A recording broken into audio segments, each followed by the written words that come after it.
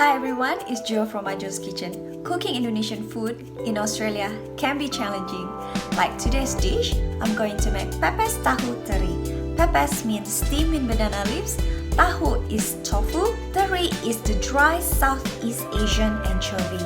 But I'm going to use the very small one, teri medan. In here we call it Silver Anchovy. And the original recipe will use kemangi leaves.